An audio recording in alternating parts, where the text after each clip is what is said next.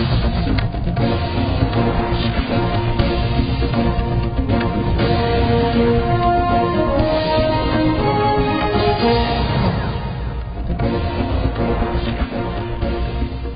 உள்ளது உள்ளபடி நிகழ்ச்சியை வழங்குவதற்காக ஹேமா ராகேஷ். இன்றைய நிகழ்ச்சியில் மரபணு மாற்று பயிர்களை பரிசோதனை அடிப்படையில் சாகுபடிக்கு அனுமதிக்கலாம் என்று மத்திய அரசு சமீபத்தில் அனுமதியை வழங்கியிருக்கிறது.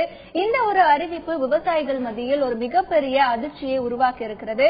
மரபணு மாற்று பயிர்களை விதைத்தால் நிலம் வீணாகிவிடும், அதேபோல மனிதர்கள் பல்வேறு விதமான பாதிப்புகளுக்கு உள்ளாவார்கள் என பல்வேறு விவசாயிகள் அச்சத்தில் இருக்கிறார்கள். அதே நேரத்தில் இன்றைய உலகத்தில் இருக்கக்கூடிய உணவு உற்பத்தியின் தேவையை நிறைவு செய்வதற்காக இந்த மரபணு மாற்று பயிர்களை பயிர் செய்ய அனுமதிக்கலாம். பல்வேறு நாடுகள் முன்முயற்சியாக அதில் ஈடுபட்டுக் கொண்டிருக்கின்றன. இதன் மூலம் உணவு உற்பத்தியை பெருக்கலாம் என்கின்ற கருத்து ஒரு பக்கம் விவசாயிகள் மத்தியிலே இருக்கிறது. தமிழகத்தை பொறுத்தவரை மரபணு மாற்று பயிர்களுக்கான சாகுபடிக்கு தமிழக அரசு தடை விதித்திருக்கிறது. இந்த ஒரு நிலையில் தமிழக விவசாயிகள் மத்திய அரசின் அறிவிப்பை எப்படி பார்க்கிறார்கள்? மரபணு மாற்று பயிர்களை சாகுபடிக்கு அனுமதிப்பதன் மூலம் என்ன மாதிரியான பாதிப்புகளுக்கு நிலம் உள்ளாகும் விவசாயிகள் உள்ளாவார்கள்? மேலும் இந்த மரபணு மாற்று பயிர்களுக்கான விளைவுகள் என்பது எப்படிப்பட்டதாக இருக்க போகிறது? அது ஒரு பக்கம் நன்மைகளை கொடுக்க போகிறதா அல்லது விவசாயிகளுக்கு தீமைகளை வழங்கப் போகிறதா? அறிவியல் ஆய்வுகள் என்பது எப்படிப்பட்டதாக இருக்கின்றன என்பது உள்ளிட்ட பல்வேறு நிலவரங்களை இன்றைய உள்ளது உள்ளபடி நிகழ்ச்சியில் பார்க்க இருக்கிறோம். முதலில் இது பற்றிய ஒரு தொகுப்பை பார்க்கலாம்.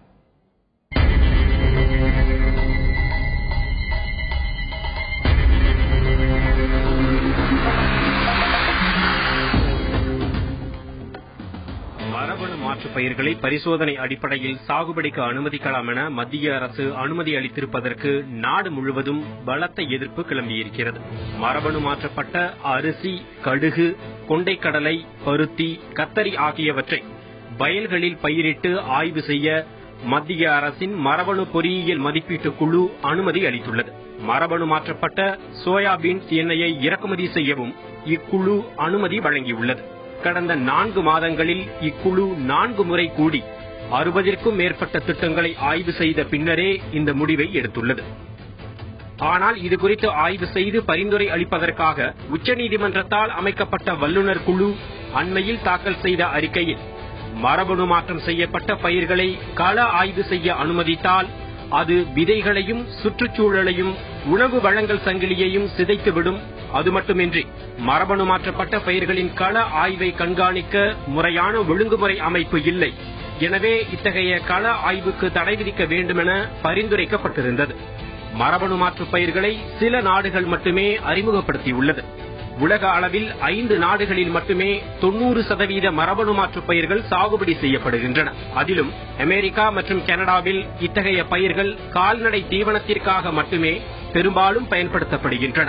மரபணு மாற்றப்பட்ட விதைகள் இயற்கை சூழலை சிதைப்பவை என்றும் பாரம்பரியமாக இருக்கும் விதைகளை எல்லாம் ஒழித்துவிட்டு பன்னாட்டு நிறுவனங்களின் விதைகளை மட்டுமே விவசாயிகள் வாங்க வேண்டும் என்கிற கட்டாயத்தை ஏற்படுத்துவதற்காகவே மரபணு மாற்றப்பட்ட விதைகள் இங்கே திணிக்கப்படுவதாக விவசாயிகள் குற்றம் சாட்டுகின்றனர். ஆனால் மக்கள் தொகை பெருக்கம் காரணமாக உணவு தேவை அதிகரித்துக் கொண்டே செல்லும் சூழலில் தேவைக்கேற்ப உணவு உற்பத்தியை பெருக்க மரபணு மாற்று பயிர்கள் தேவை என்பது விஞ்ஞானிகளின் கருத்தாக உள்ளது. மரபணு மாற்றம் செய்யப்பட்ட பயிர்களை பரிசோதனை அடிப்படையில் சாகுபடிக்காக அனுமதிக்கலாம் என்று மத்திய அரசு வெளியிட்டிருக்கக்கூடிய இந்த அறிவிப்பு விவசாயிகள் மத்தியில் ஒரு மிகப்பெரிய அதிர்ச்சியை உருவாக்கி இருக்கிறது. தற்பொழுது இருக்கக்கூடிய நிலையில் இந்த மரபணு மாற்று பயிர்களை சாகுபடிக்கு அனுமதித்தால் பல்வேறு விளைவுகளை சந்திக்க நேரிடும் என்கின்ற அச்சம் விவசாயிகள் மத்தியில் இருக்கிறது. விஞ்ஞானிகள் ஒருபுறம் இந்த மரபணு மாற்று பயிர்களை சாகுபடிக்கு அனுமதிப்பதன் மூலம் உணவு உற்பத்தியை பெருக்க முடியும் என்கின்ற கருத்துக்களையும் முன்வைக்கிறார்கள். விவசாயிகளுடைய அச்சத்தை போக்க அரசு என்ன விதமான நடவடிக்கைகளை எடுக்கப் போகிறது உள்ளிட்ட பல்வேறு விவரங்களை இன்றைய உள்ளது உள்ளபடி நிகழ்ச்சியில் பார்க்க இருக்கிறோம். இன்றைய உள்ளது உள்ளபடி நிகழ்ச்சியில் நேரடியாக களத்திலிருந்து தகவல்களை தர காத்திருக்கிறார் எமது திருவாரூர் மாவட்ட செய்தியாளர் செந்தில் தேவா. மற்றும் இன்றைய உள்ளது உள்ளபடி நிகழ்ச்சியில் சேலம் செய்தி அரங்கில் பங்கேற்று தன்னுடைய கருத்துக்களை பதிவு செய்ய வந்திருக்கிறார் கீழ்பவானிகள் விவசாயிகள் சங்க தலைவர் திரு நல்லசாமி. இருவரையும் இந்த நிகழ்ச்சிக்கு வரவேற்கிறோம். நிகழ்ச்சிக்குள் செல்வதற்கு முன்னதாக இந்த மரபணு மாற்று பெயர்கள் குறித்த ஒரு சில அடிப்படை விவரங்களை பார்க்கலாம். மரபணு மாற்றப்பட்ட பயிர்கள் உலக அளவில் பரப்பளவு 17.1 கோடி ஹெக்டேர், மரபணு மாற்றப்பட்ட சோயா 7.9 கோடி ஹெக்டேர் பரப்பளவில் பயிர் செய்யப்படுகிறது. மரபணு மாற்றம் செய்யப்பட்ட பருத்தி 5.74 கோடி ஹெக்டேர், மரபணு மாற்றம் மக்காசோளம் 2.39 கோடி ஹெக்டேரில் பயிர் செய்யப்படுகிறது. இது உலக அளவிலான ஒரு கணக்கு. மரபணு மாற்றம் செய்யப்பட்ட கடுகு 82 லட்சம் ஹெக்டேர் பரப்பளவில் உலகம் முழுமைக்கும் பல நாடுகளில் பயிர் செய்யப்பட்டு வருகிறது. மரபணு மாற்றப்பட்ட பயிர்கள் நாடு வாரியாக என்று பார்த்தால் அமெரிக்காவில் 7.1 கோடி ஹெக்டேர் பரப்பளவிலும், பிரேசிலில் 4 கோடி ஹெக்டேர் பரப்பளவிலும், அர்ஜென்டினாவில் 2.44 கோடி ஹெக்டேர் பரப்பளவிலும், இந்தியாவில் 1.21 கோடி ஹெக்டேர், கனடாவில் 1.08 கோடி ஹெக்டேர், சீனாவில் 42 லட்சம் ஹெக்டேரிலும் மரபணு மாற்றப்பட்ட பயிர்கள் பயிர் செய்யப்படுகிறது. ஸ்பெயின் நாட்டில் 1.37 லட்சம் ஹெக்டேர், போர்ச்சுகல் நாட்டில் 9,000 ஹெக்டேர் பரப்பளவில் மரபணு மாற்றம் செய்யப்பட்ட பயிர்கள் பயிர் செய்யப்படுகிறது. இந்தியாவில் மரபணு மாற்றப்பட்ட ஒரே பயிர் என்று பார்த்தால் பருத்தி. 2002ஆம் ஆண்டு முதல் இந்த மரபணு மாற்றப்பட்ட பருத்தி சாகுபடி செய்யப்படுகிறது. பருத்தி பயிர் மொத்த பரப்பு என்று பார்த்தால் 121.79 லட்சம் ஹெக்டேரும், மரபணு மாற்றப்பட்ட பருத்தி பரப்பு 111.39 லட்சம் ஹெக்டேரிலும் சாகுபடி செய்யப்படுகிறது. இதர மரபணு மாற்றப்பட்ட பயிர்கள் என்று பார்த்தால் கத்திரிக்காய், தக்காளி, மிளகு, சர்க்கரை வள்ளி கிழங்கு, பப்பாளி, சுரைக்காய், போப்ளஸ் இவை அனைத்தும் மரபணு மாற்றம் செய்யப்பட்ட பயிர்கள். ஆனால் சாகுபடிக்கு அனுமதிக்கப்படவில்லை. உற்பத்தி திறன் பருத்தி ஒரு ஹெக்டேருக்கு 2001ஆம் ஆண்டு பாரம்பரிய முறைப்படியில் 140 கிலோ வரைக்கும் விளைச்சல் தந்திருக்கிறது. அதுவே மரபணு மாற்றப்பட்ட பருத்தி விளைச்சல் ஒரு ஹெக்டேருக்கு 491 கிலோ விளைச்சல் கண்டிருக்கிறது. ஆண்டுக்கு பருத்தி ஏற்றுமதி அளவு என்று பார்த்தால் 288 கோடி கிலோ ஏற்றுமதி செய்யப்படுகிறது. மரபணு மாற்ற தொழில்நுட்பம் என்று பார்க்கும் பொழுது எப்படி இந்த தொழில்நுட்பம் செயல்படுகிறது என்றால், மண்ணில் இருக்கும் நுண்ணுயிரி ஒன்றின் மரபணுவை எடுத்து பயிரின் விதைக்குள் செலுத்தி அந்த பயிரிலேயே பூச்சிகளுக்கு எதிரான விஷத்தன்மையை உருவாக்கும் தொழில்நுட்பம் தான் இந்த மரபணு மாற்ற தொழில்நுட்பம் என்று சொல்லப்படுகிறது. மரபணு மாற்று பயிர்களால் ஏற்படக்கூடிய பாதிப்புகள் என்று பார்த்தால் இயற்கையின் உயிர் சூழல் பன்மை அழிந்துவிடும், சுற்றுச்சூழல் பாதிப்பு ஏற்படும், மனிதனின் நோய் சக்தி எதிர்ப்பு சக்தி குறையும் என்கின்ற பாதிப்புகள் பார்க்கப்படுகின்றன. சிக்கிள் செல் அனீமியா நோய் ஏற்பட வாய்ப்புகளும் இந்த மரபணு மாற்று பயிர்களால் இருக்கிறது என்கின்ற ஒரு குற்றச்சாட்டும் இருக்கிறது. விவசாய நிலங்கள் மலடாகும், விதைக்கு பன்னாட்டு நிறுவனங்களை மட்டுமே நம்ப வேண்டிய சூழ்நிலை வருங்காலத்தில் உருவாகலாம் என்ற ஒரு நிலை ஏற்படக்கூடிய வாய்ப்பு இருக்கிறது. மரபணு பயிர்களால் ஏற்படும் நன்மைகள் என்று பார்த்தால் பயிர்களுக்கு பூச்சி தொல்லை இருக்காது. அதே நேரத்தில் இன்றைய நிலையில் உணவு உற்பத்தி அதிகரிக்கும் போன்ற காரணங்கள் இதற்கு சொல்லப்படுகிறது. இப்பொழுது இருக்கக்கூடிய உணவு தேவையை நிறைவேற்றும் இந்த மரபணு மாற்று பயிர்கள் என்கின்ற கருத்து பல்வேறு விஞ்ஞானிகள் மத்தியில் இருக்கிறது. இந்த மரபணு மாற்று பயிர்கள் என்பது இன்றைய காலகட்டத்தில் வளர்ச்சியாக பார்க்கப்படுகிறதா அல்லது வீழ்ச்சியாக பார்க்கப்படுகிறதா என்பது உள்ளிட்ட பல்வேறு விதமான கள நிலவரங்களை இன்றைய உள்ளது உள்ளபடி நிகழ்ச்சியில் பார்க்க இருக்கிறோம். முதலில் களத்தில் இருக்கும் எமது செய்தியாளர் செந்தில் தேவாவிடம் பேசலாம். செந்தில் தேவா, சொல்லுங்க, இப்ப கடந்த சில மாதங்களுக்கு முன்னாடி மரபணு மாற்று பயிர்களை பரிசோதனை அடிப்படையில் சாகுபடிக்காக அனுமதிக்கலாம் அப்படின்னு மத்திய அரசு ஒரு அறிவிப்பை வெளியிட்டிருக்கிறது. எத்தனை பயிர்களை இந்த பரிசோதனை அடிப்படையில் சாகுபடிக்கு அனுமதிக்கலாம் அப்படின்னு சொல்லியிருக்காங்க? இதை பற்றி முழு விவரம் சொல்லுங்க. ஹேமா, விவசாயிகள் பாத்தீங்கன்னா ஒரு 20-30 வருடங்களுக்கு முன்னாடி எல்லாம் பாத்தீங்கன்னா தங்களோட நிலங்கள்ல தலை, செடி, கொடி இது மாதிரி இயற்கை, அதாவது மாட்டுச்சாணம் இந்த மாதிரி உள்ளதை போட்டுதான் விவசாயம் பண்ணாங்க. அன்னைக்கு மக்களோட வாழ்க்கையோட ஆரோக்கியம் ரொம்ப சிறப்பாக இருந்தது. எந்த நோய் நொடி இல்லாம சிறப்பாகவே வாழ்ந்தாங்க. இந்த பாட்டன் காலத்துல அப்படிதான் பண்ணாங்க. ஆனா இன்னைக்கு புதுசா ஒவ்வொரு விஷயங்களையும் கண்டுபிடிச்சு இந்த மக்களுக்கு பெரிய கஷ்டங்கள் தான் ஏற்படுது, பெரிய பேரழிவு தான் ஏற்படுது அப்படின்னு சொல்லி விவசாயிகள் குமுறாங்க. இப்ப பாத்தீங்கன்னா இந்த மான்சாண்டோ கம்பெனில இருந்து இந்த தயாரிச்ச இந்த மரபணு மாற்று பயிரை பயிரிட்டு ஜப்பான்ல பாத்தீங்கன்னா மிகப்பெரிய பல்வேறு நோய்கள் ஏற்பட்டிருக்கு, அதே மாதிரி பல்வேறு பிரச்சனைகள் ஏற்பட்டிருக்கு. அதனால ஜப்பான்ல அதை முக்கியமா தடை பண்ணிருக்காங்க. அதே மாதிரி பாத்தீங்கன்னா திருப்பியும் இந்தியாவில இந்த இதை பயிர் பண்ணி தான் ஆகணும் அப்படின்னு சொல்லிட்டு ஒரு ஆய்வு பண்ணலாம் அப்படின்னு சொல்லிட்டு மத்திய அரசு அறிவிச்சிருக்கு. விவசாயிகிட்ட பெரிய பதட்டத்தை ஏற்படுத்தியிருக்கு. 13 வகையான பயிர்களை இந்தியாவில பயிரிட்டு பார்க்கலாம், இந்த பயிரிட்டு பார்க்கலாம் அப்படின்னு சொல்லியிருக்காங்க.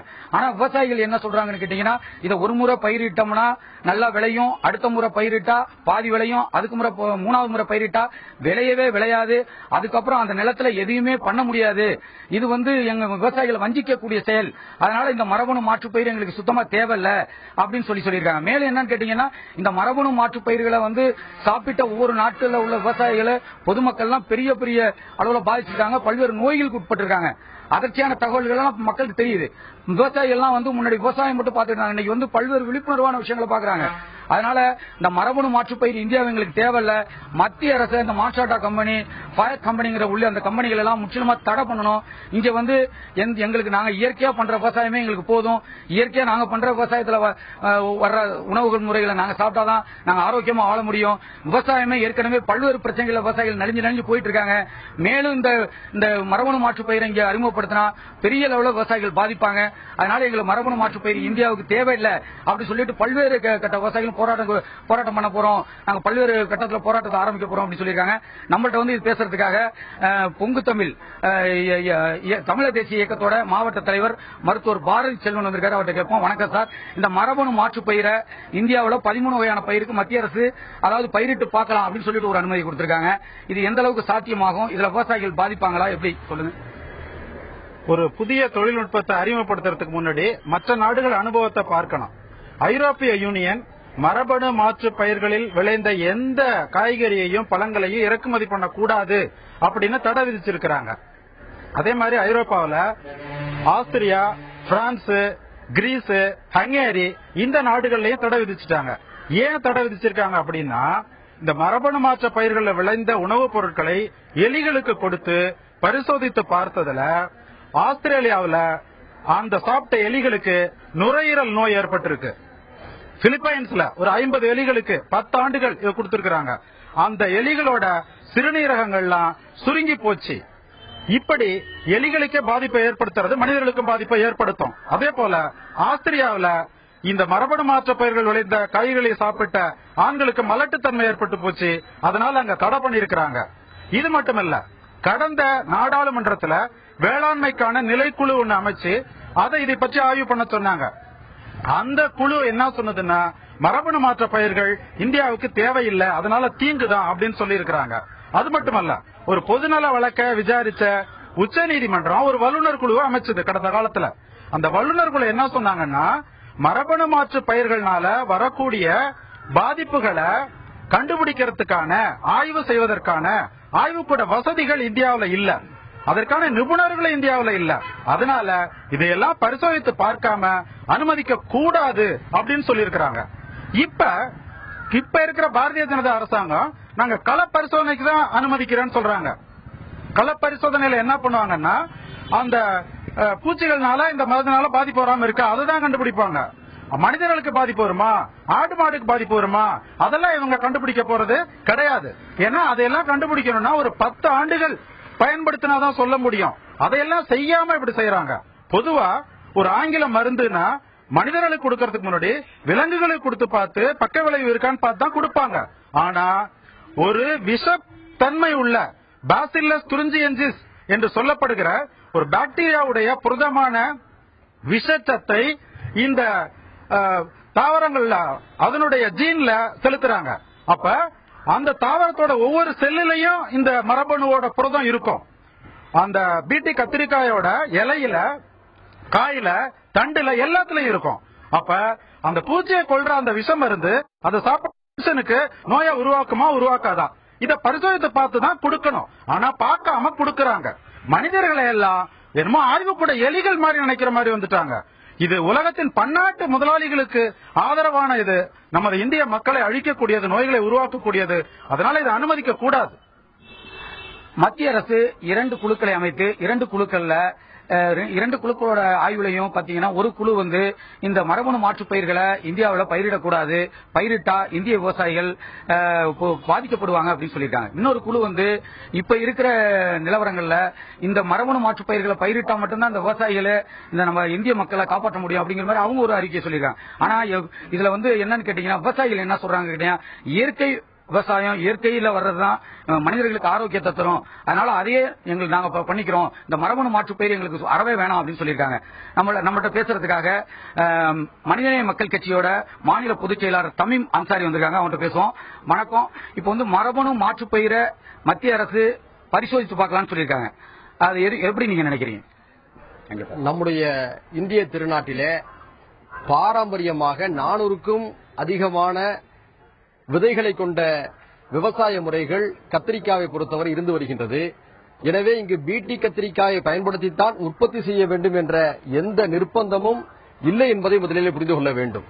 ஏற்கனவே இந்தியாவிலே பாரம்பரியமாக 400 வகையான கத்திரிக்காய் விதைகள் இருக்கின்ற பொழுது புதிதாக ஒரு பன்னாட்டு நவீன வேளாண்மை முறை என்ற பெயரிலே இந்தியர்கள் மீது திணிப்பதை எந்த விதத்திலும் ஏற்றுக்கொள்ள முடியாது. ஏற்கனவே பிடி பருத்தியை பயிரிட்ட ஆந்திர விவசாயிகளும் மகாராஷ்டிரா விவசாயிகளும் மிகப்பெரிய பாதிப்புக்குள்ளாகி இருக்கிறார்கள். இதனால் ஏற்பட்ட பாதிப்பினால் அங்கே மண் மலடாக்கப்பட்டிருக்கிறது. அந்த அதிர்ச்சியிலும் வேதனையிலும் கடனிலும் பல்லாயிரக்கணக்கான விவசாயிகள் உயிரிழந்த சம்பவம் நம்முடைய நாட்டில் நிகழ்ந்திருக்கிறது. பிடி கத்திரிக்காயிலே கற்ற பாடத்தை ஏனோ புரிந்து கொள்ளாமல் இந்த நடுவண் அரசு பிடி கத்திரிக்காய் விஷயத்திலே ஒரு பரிசோதனை முயற்சியை செய்ய போகிறோம் என்று சொல்கிறார்கள். ஒன்றை புரிந்து கொள்ள வேண்டும். இந்த பிடி கத்திரிக்காய் விதைகளை ஒருமுறை இந்த மண்ணிலே பயன்படுத்திவிட்டால் அதே மண்ணிலே வேறு வகையான விவசாயத்தை நாம் செய்துவிட முடியாது. காரணம், அந்த பிடி விதைகள் அந்த மண்ணுக்கு வேறு விதைகளை ஏற்றுக்கொள்ளாத ஒரு மரபணு மாற்றத்தை செய்துவிடும், மண்ணை மலடாக்கிவிடும். இதையெல்லாம் செய்வதற்கு ஆதரவு பெறுவதற்காக இது போன்ற பிடி விதை நிறுவனங்கள் பன்னாட்டளவில் ஒவ்வொரு நாடுகளிலும் இருக்கக்கூடிய அரசியல் கட்சிகளுக்கு தேர்தல் நன்கொடைகளை வழங்குகிறார்கள். அதன் மூலமாக தங்களுடைய பிடி பரிசோதனை முயற்சிகளை அந்தந்த நாடுகளிலே செய்ய வைக்க வேண்டும் என்று துடிக்கிறார்கள். எனவே இந்த நாட்டில் இருக்கக்கூடிய அரசியல் கட்சிகளும் அரசியல்வாதிகளும் நம்முடைய பாரம்பரிய விவசாயத்துடைய நலனை கருத்தில் கொண்டும் விவசாயிகளுடைய நலனை கருத்தில் கொண்டும் பிடி கத்திரிக்காய் பிடி சார்ந்த விவசாய விதைகள் எதையும் இந்த மண்ணிலே அனுமதிக்க கூடாது என்பதை விவசாயிகளின் சார்பில் நாம் கேட்டுக்கொள்கிறோம். விவசாயிகள் பல்வேறு பிரச்சனைகளுக்கு மத்தியில் இந்த பிடி அதாவது மரபணு மாற்று பயிரை இந்தியாவில் நுழையவிடக்கூடாது என்பதில் தெளிவாக இருக்கிறார்கள். அது மாதிரி பல்வேறு கட்ட போராட்டங்களும் நாங்கள் இதை அனுமதித்தால் மத்திய அரசு இப்பொழுது இந்த பரிசோதனைக்கு அனுமதித்திருக்கிறது, நாங்கள் ஒருபோதும் இதை அனுமதிக்க மாட்டோம் என இந்த பகுதியில் உள்ள விவசாயிகள் தெரிவித்திருக்கிறார். நம்மிடம் பேசுவதற்காக செந்தில் தேவா தொடர்ந்து பேசலாம். மரபணு மாற்று பயிர்களை சாகுபடிக்காக பரிசோதனை அடிப்படையில் அனுமதிக்கலாம் என்கின்ற ஒரு அறிவிப்பு மத்திய அரசு மூலம் வெளியிடப்பட்டிருக்கிறது.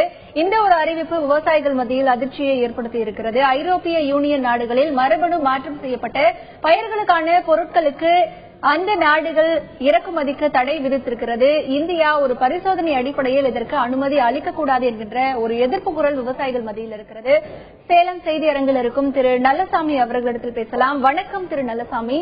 இப்ப இருக்கிற நிலையில தமிழகத்தின் உணவு உற்பத்தி என்பது எப்படி இருக்கிறது? தமிழகத்தின் உணவு தேவை என்பது எவ்வாறாக இருக்கிறது? தேவையை பூர்த்தி செய்யும் அளவிற்கு இன்றைய உணவு உற்பத்தி இருக்கிறதா?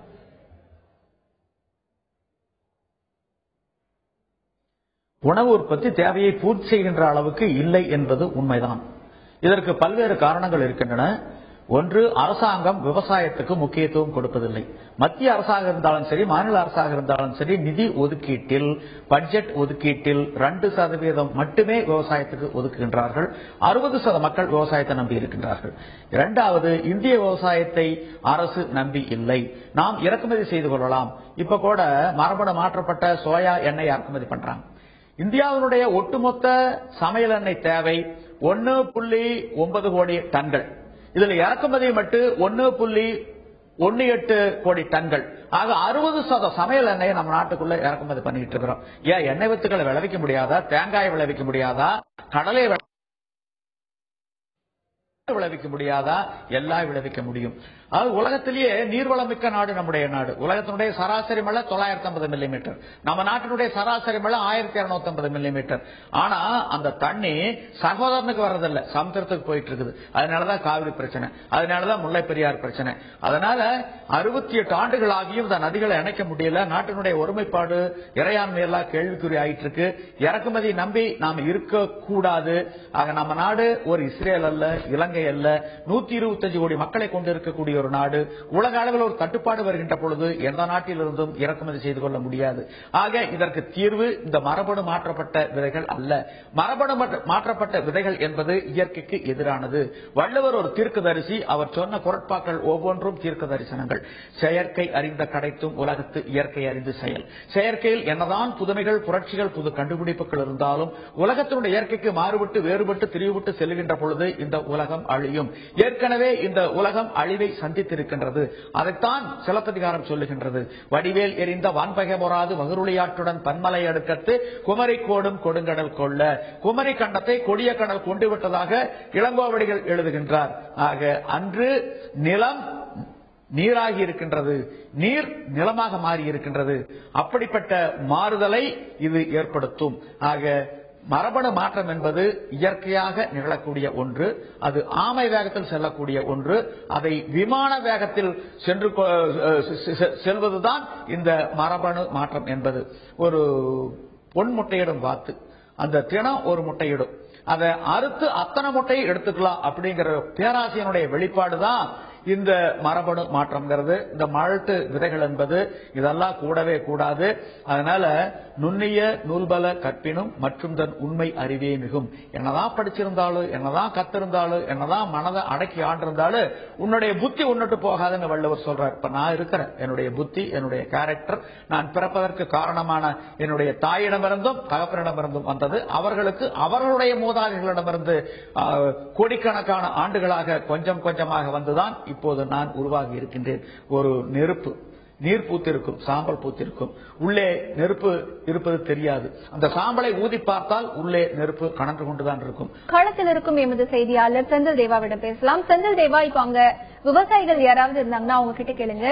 இப்ப இருக்கக்கூடிய இயற்கையான பாரம்பரிய விவசாய முறைக்கும் இப்போ மத்திய அரசு அறிவித்திருக்கக்கூடிய மரபணு மாற்று பயிர்கள் விவசாய சாகுபடிக்கும் என்ன மாதிரியான வித்தியாசங்கள் இருக்கின்றன?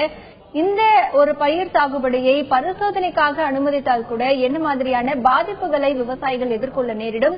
பாரம்பரிய விவசாயத்திற்கு என்ன மாதிரியான ஒரு பாதிப்புகள் நேரிடும் அப்படிங்கறத அவங்க கிட்ட கேளுங்க. ஹேமா, வங்கதேசத்திலே ஏற்கனவே பருத்தி விவசாயிகள் இந்த மரபணு மாற்று பருத்தியை பயிரிட்டு பல்வேறு விவசாயிகள் உயிரை விட்டாங்க.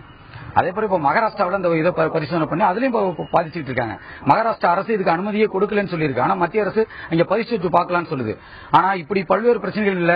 இந்த மரபணு மாற்று பயிர் எங்களுக்கு சுத்தமா தேவையில்லைன்னு சொல்லிட்டு விவசாயிகள் சொல்றாங்க. நம்மிடம் பேசுவதற்காக தமிழ்நாடு விவசாயிகள் சங்க திருவாரூர் மாவட்ட செயலாளர் மாசுலாமணி வந்திருக்காங்க. அவங்கள்ட்ட பேசுவோம். சார் வணக்கம். இப்ப அந்த மரபணு மாற்று பயிர் இங்க வந்து பரிசோதித்து பார்க்கலாம் மத்திய அரசு சொல்லியிருக்காங்க. ஆனா பரிசோதிச்சா இந்த வயல்களோட இது எப்படி இருக்கும்? இல்ல அதுல கூடுதலான லாபம் கிடைக்குமா? இல்ல நீங்க பாதிப்பீங்களா அப்படின்னு சொல்லுங்க. மக்கள் தொகை பெருக்கத்துக்கு ஏற்ப உணவு உற்பத்தி பெருக்க வேண்டும் என்கிற ஒரே அடிப்படையின் காரணமாக கொண்டு வரப்படுவதுதான் மரபணு மாற்றப்படும். முதலில் பசுமை புரட்சி வந்து விவசாயிகள் இன்றைக்கு தற்கொலைக்கு ஆளாகி கொண்டிருக்கிறார்கள். மீண்டும் ஒரு மூன்றாவது கட்ட புரட்சியாக இது அறிவிக்கப்பட்டு இன்றைக்கு மரபணு மாற்றப்பட்ட தொழில்நுட்பத்தை புகுத்துவதற்கு மத்திய அரசு முடிவு செய்திருக்கிறது. குறிப்பாக இந்த அனுமதி என்பது மத்திய அரசிலே 3 துறைகள் இருக்கிறது. கடைசியாக இருக்கிற துறை GEC, genetic engineering authority of council. இதுதான் பைனலாக அனுமதி கொடுக்க வேண்டும். அது அனுமதி கொடுக்கப்பட்டு கத்திரி வகையில் 8 வகை உற்பத்தி செய்யப்பட்டு அதை தடை செய்யப்பட வேண்டும் என்கிற உலக அளவில் இருக்கிற கிரீன் பீஸ் என்கிற அமைப்பு உச்சநீதிமன்றத்தை வழக்கு தொடுத்து அந்த வழக்கின் சாராம்சம் என்ன சொல்கிறது என்றால், இந்த மரபணு மாற்றப்பட்ட தொழில்நுட்பத்தின் அடிப்படையிலே விளைவுகள் என்ன ஏற்படும் என்பதை ஆய்வு செய்ய இந்தியாவிலே ஒரு தொழில்கூடம் இல்லை என்று சொல்கிறார்கள். பருத்தி பயிரிட்ட ஆந்திர விவசாயிகள் தற்கொலை, அதை சாப்பிட்ட ஆடு மாடுகள் இறந்து போயிருக்கின்றன. அதை உடுத்தி இருக்கிற பருத்தி ஆடையில் உடுத்தி இருக்கிறவர்களுக்கு நமச்சல் நோய் வந்து கொண்டிருக்கிறது. இப்படியான பாதிப்புகள் இருப்பதை இன்றைக்கும் சட்டபூர்வமாக புதிய சட்டத்தை என்று கொண்டு வர துடிக்கிறார்கள். குறிப்பாக bio regulatory authority of council, உயிரிய தொழில்நுட்ப ஒழுங்காற்று சட்டம் என்கிற ஒரு சட்டத்தை மத்திய அரசு மேலவையிலே கொண்டு வந்திருக்கிறது. அதுபோல விதை சட்டம் 2012. இந்த 2 சட்டங்களும் வெளிநாடுகளில் இருக்கிற கார்கில் மான்சான்டோ அந்த கம்பெனியுடைய பினாமியாக இருக்கிற மகாராஷ்டிராவில் இருக்கிற மேகிகோ என்கிற கம்பெனிக்கு சட்டப்பூர்வ அனுமதியை கொடுத்திருக்கிறது. இன்னும் சொல்ல போனால் இந்த அனுமதியை பெறுவதற்கு 40 கோடி ரூபாய் நான் இந்திய நாட்டுக்கு கொடுத்திருக்கிறேன், இந்திய நாடாளுமன்றத்தை கொடுத்திருக்கிறேன் என்று அமெரிக்க செனட்டில் மான்சான்டோ கம்பெனி சொல்லியிருக்கிறது. ஆகவே இந்து விவசாயிகளை கூறு போட்டு பிளவுபடுத்தி இவர்கள் தயாராக சாவதற்குத்தான் இன்றைக்கு இந்த முயற்சி. குறிப்பாக ஸ்பெஷல் அக்ரிகல்ச்சர் சோன், சிறப்பு வேளாண் மண்டலம் என்ற ஒரு வேளாண் மண்டலத்தை ராஜஸ்தானில் அமைக்கப்பட்டிருக்கிறது. பிரதமர் சொல்கிறார், மன்மோகன் சிங் சொன்னார், இனிமேல் விவசாயிகளுடைய எண்ணிக்கை குறைக்க வேண்டும், விவசாய பகுதியில் எண்ணிக்கை அதிகமாக இருக்கிறது என்று சொல்வது எதற்காக என்றால், புதிய தொழில்நுட்பத்தின் அடிப்படையில பெருக்குவது என்கிற உணவு உற்பத்தி பெருக்குவது என்கிற அடிப்படையில் தான் இது வருகிறது. இது வந்தால் மிகப்பெரிய அளவுக்கு விவசாயம் அழிந்து போகும், விவசாயிகள் மிகப்பெரிய துன்பத்துக்கு ஆளாவார்கள். இந்த தொழில்நுட்பத்தை அனுமதிக்க கூடாது. இதை அனுமதித்தால் தமிழ்நாடு விவசாய சங்கம் அனைத்து சங்கங்களையும் சேர்த்து தொடர்ந்து போராடும் என்பதை மட்டும் தெரிவித்துக் கொள்கிறோம். இந்த மரபணு மாற்றுப்பயிரை அறிமுகப்படுத்தின அமெரிக்காவில் உள்ள கலிபோர்னியா மாகாணத்திலேயே பாத்தீங்கன்னா பல்வேறு விவசாயிகள் பாதிக்கப்பட்டு அவங்க பெரிய நஷ்டமாகி இந்த கோதுமை உற்பத்தியில அவங்க கோர்ட் வரைக்கும் போய் அதுக்கு ஒரு பெரிய தொகையை நஷ்டா கேட்டு வழக்கு வரைக்கும் போட்டிருக்காங்க. அந்த மாதிரி அதை அறிமுகப்படுத்தின அமெரிக்காவிலே இந்த பாதிப்பு இருக்கப்ப முழுக்க முழுக்க விவசாயத்தையே நம்பி இருக்கக்கூடிய இந்தியாவில் இந்த மரபணு மாற்றுப்பயிர் எங்களுக்கு சுத்தமா தேவையில்லை அப்படின்னு சொல்லி விவசாயிகள் பல்வேறு கட்ட கோரிக்கைகள் வைக்கிறாங்க. நம்மள்ட்ட பேசுறதுக்காக தமிழ்நாடு விவசாயிகள் சங்க விவசாய தொழிலாளர் சங்க மாவட்ட துணை செயலாளர் கே ராஜா வந்திருக்காங்க. விவசாயி கூட அவர்கிட்ட கேட்போம். சார், இப்ப இந்த மரபணு மாற்றுப்பயிரை இங்க பயிரிட்டா என்ன ஆகும்? மத்திய அரசு 13 வகையான பயிர்களுக்கு அனுமதி கொடுத்திருக்கு. இதை பத்தி என்ன நினைக்கிறீங்க? அமெரிக்கா, ஐரோப்பிய நாடுகள் பெரும்பகுதி தன்னை பாதுகாத்துக் கொண்டு அந்நிய நாடுகளில் இருக்கக்கூடிய செல்வ வளங்களை சுரண்டுவதுதான் முக்கிய குறிக்கோள். அதன் அடிப்படையிலே தான் இந்த உணவு பயிரில் ஒரு மாற்றம் வேண்டும் என்று அமெரிக்கா முதலில் நினைத்து லூரிகான் மாநிலத்தில் மான்சாண்டோ என்கிற ஒரு தனியார் கம்பெனிக்கு அனுமதி வழங்கி ஆய்வு செய்து கலிபோர்னியா மாநிலத்தில் பெரும்பகுதியான வயல்வெளிகளில் கோதுமையை விளைவித்தார்கள். அதிகபட்சமான கோதுமை விளைந்தது. ஆனால் அந்த நாடு அந்த கோதுமையை கொஞ்சம் கூட பயன்படுத்தவில்லை, அரை கிலோ கூட பயன்படுத்தவில்லை. அதற்கு மாறாக ஜப்பானுக்கு இறக்குமதி செய்தது. ஜப்பானில் சாப்பிட்டவர்கள் அனைவருக்கும் இதற்கு முன்பு சொன்ன நம்ம டாக்டர் சொன்னது போன்று அவர்கள் நுரையீரல் பாதிக்கப்பட்டார்கள், கிட்னி பாதிக்கப்பட்டது, பல்வேறு நோய்கள், கண்டுபிடிக்க முடியாத நோய்கள் எல்லாம் உருவாக்கியது. அதற்கு பின்னால் கோதுமையை ஆய்வு செய்த போது அங்கு அமெரிக்காவிலிருந்து இறக்குமதி செய்யப்பட்ட கோதுமையில் தான் இத்தனை பக்க விளைவுகள் ஏற்பட்டிருக்கிறது என்று கருதி அமெரிக்காவுடன் போடப்பட்டிருந்த ஒப்பந்தத்தையே ஜப்பான் ரத்து செய்தது. அதற்கு பின்னால் மான்சாண்டோ கம்பெனியை நீக்கியது அமெரிக்கா. அது நீக்கிய அமெரிக்கா வேறொரு கம்பெனிக்கு புதியதாக அனுமதி வழங்குகிறது. பயர் என்கிற கம்பெனிக்கு அனுமதி வழங்குகிறது. அந்த கம்பெனி விதை நெல்லை ஆய்வு செய்தது. ஆய்வு செய்து அங்கு மீண்டும் சாகுபடி செய்தது. அதிகபட்சமான விளைச்சல். ஆனால் வெளிநாடுகளுக்கு இறக்குமதி செய்ய வேண்டும் என்று எண்ணிய போது வெளிநாட்டில் இருக்கக்கூடிய பெரும்பகுதியான நாடுகள், தென்கொரியா, பிலிப்பைன்ஸ், சைனா, இப்படிப்பட்ட நாடுகள் அந்த ஜப்பானுக்கு இறக்குமதி செய்யப்பட்ட கோதுமை போன்றுதான் இதுவும் இருக்கும் என்று கருதி அந்த நெல்லை ஆய்வு செய்த போது இந்த மரபணு சோதனையின் மூலமாக விளைவிக்கப்பட்ட நெல், இதை சாப்பிட்டால் மனிதர்கள் சாவது நிச்சயம், 10 ஆண்டு காலம் தான் உயிரோடு வாழ முடியும் என்று கருதி அதை நிறுத்தினார்கள். அதை விவசாயம் செய்த அமெரிக்க விவசாயிகள் பெரும் பாதிப்புக்கு ஏற்பட்டார்கள். அதற்கு பிறகு நஷ்டஈடு கேட்டு 75 லட்சம் கோடி நஷ்டஈடு கேட்டு நீதிமன்றத்துக்கு சென்றார்கள். அந்த பயர் என்கிற கம்பெனி அரசாங்கத்தோடு சேர்ந்து வெளியில் அழைத்து வந்து பேரம் பேசி சரி செய்து விட்டார்கள். அதே மான்சாண்டோ எந்த கம்பெனியை அமெரிக்கா தடை செய்ததோ அந்த கம்பெனி இந்திய நாட்டிற்கு வந்து, இந்திய நாட்டுக்கு ஏன் வருகிறார்கள் என்றால் 120 கோடியை தாண்டிவிட்டது. ஏன்னா அதிகபட்சமான மக்கள் ஒரு 25 நாடுகளை பிடிப்பது ஒன்றுதான், இந்தியா ஒன்றை பிடிப்பது ஒன்றுதான். எனவே ஆளுகின்ற ஆட்சியாளர்களை லஞ்சம் கொடுத்து அந்த மான்சாண்டோ கம்பெனி அறிமுகப்படுத்தி இங்கு ஆய்வு செய்ய மேற்கொண்டிருக்கிறார்கள். குறிப்பா மகாராஷ்டிரா, ஆந்திரா, பீகார் இந்த பகுதியில் ஆய்வு செய்ய இருப்பதாக தெரிகிறது. ஆனால் இதற்கு முன்பு மரபணு விதை இங்கு விதைக்கப்பட்டது. விதைக்கப்பட்டதுக்கு பிறகு மகாராஷ்டிராவில் பல நூறு விவசாயிகள் செத்து மடிந்த சம்பவங்களுக்கெல்லாம் தெரியும். அதே போன்று ஆந்திராவில் லட்சக்கணக்கான விவசாயிகள் தற்கொலை முயற்சிக்கு ஏற்பட்டார்கள். பல நூறு விவசாயிகள் செத்து மடிந்தார்கள். ஆனால் இந்த அவலம் தான் இங்கு ஏற்பட்டுக் கொண்டிருக்கிறது. இந்திய மக்கள் ஒன்று புரிந்து கொள்ள வேண்டும். இந்தியாவை பாதுகாக்க வேண்டும் என்றால் மக்களின் போராட்டத்தின் மூலமாகத்தான். மக்களுக்கு எதிரான திட்டங்களை வடிவமைக்க துடித்துக் கொண்டிருக்கிற ஆட்சியாளர்களை எதிர்த்து கலகம் செய்ய வேண்டும். நான் ஏன் விவசாய தொழிலாளர் சங்கத்தின் சார்பாக இப்படி குறிப்பிடுகிறேன் என்றால், போபால் விஷவாயுவில் ஆயிரக்கணக்கான மக்கள் செத்து மடிந்த போது அதற்கு சிறு நிவாரணம் கூட வாங்கி தராத தகுதியற்ற மத்திய அரசாங்கங்கள் இருந்திருக்கிறது. எனவே மீண்டும் இந்த விதை ஆய்வு இங்கு வந்தால் நமது பாரம்பரியமிக்க விதைகள் அழிந்து போய்விடும், நமது மண்ணினுடைய தன்மை அழிந்து போய்விடும். அப்படி முற்றிலுமாக அழிந்துவிட்டால் நாம் வெளிநாட்டுக்காரனின் கையை ஏந்தி நிற்க வேண்டும். அப்பொழுதுதான் அவன் என்ன விலை சொல்கிறானோ அந்த விலையை கொடுத்து விதையை வாங்கி பயிரிட வேண்டிய ஒரு துர்பாக்கியமான நிலை இந்தியாவிற்கு வரும். எனவே நமது பாரம்பரியம் அழிந்து போகிறது. நாம் இதுவரை கடைபிடித்து வந்த உணவு வகைகளின் அழிந்து போகிறது. உணவு வகைகளே மாற்ற வரக்கூடிய ஒரு அவலம் ஏற்படும். எனவே மரபணு விதையை முற்றிலுமாக தடுக்கிற வரை இந்திய மக்கள், விவசாய தொழிலாளர்கள், அனைத்து விவசாயிகள் அனைத்து பகுதி மக்களும் எதிர்த்து நிற்க வேண்டிய தருணம் இன்று வந்திருக்கிறது. ஆனால் இந்த எதிர்த்து நிற்க வேண்டிய சூழலில் மத்திய அரசாங்கமே, மரியாதைக்குரிய பாரத பிரதமர் மோடி அவர்களே அனுமதியை அளித்து சிவப்பு கம்பள விரித்து இந்தியாவிற்கு கொண்டு வந்திருக்கிறார் என்றால் இவர் இந்திய நாட்டின் மக்கள் வாக்களித்து பிரதமராக இருக்கிறாரா அல்லது கார்ப்பரேட் கம்பெனிகளின் மூலம் பிரதமராக இருக்கிறாரா என்கிற கேள்வி வருகிறது. எனவே இவர் இந்திய நாட்டிற்கு தகுந்த சட்டத்தை வடிக்கப் போவதில்லை, கார்ப்பரேட் கம்பெனிகளுக்கு ஆதரவான சட்டங்களை வடிக்க இருக்கிறார்.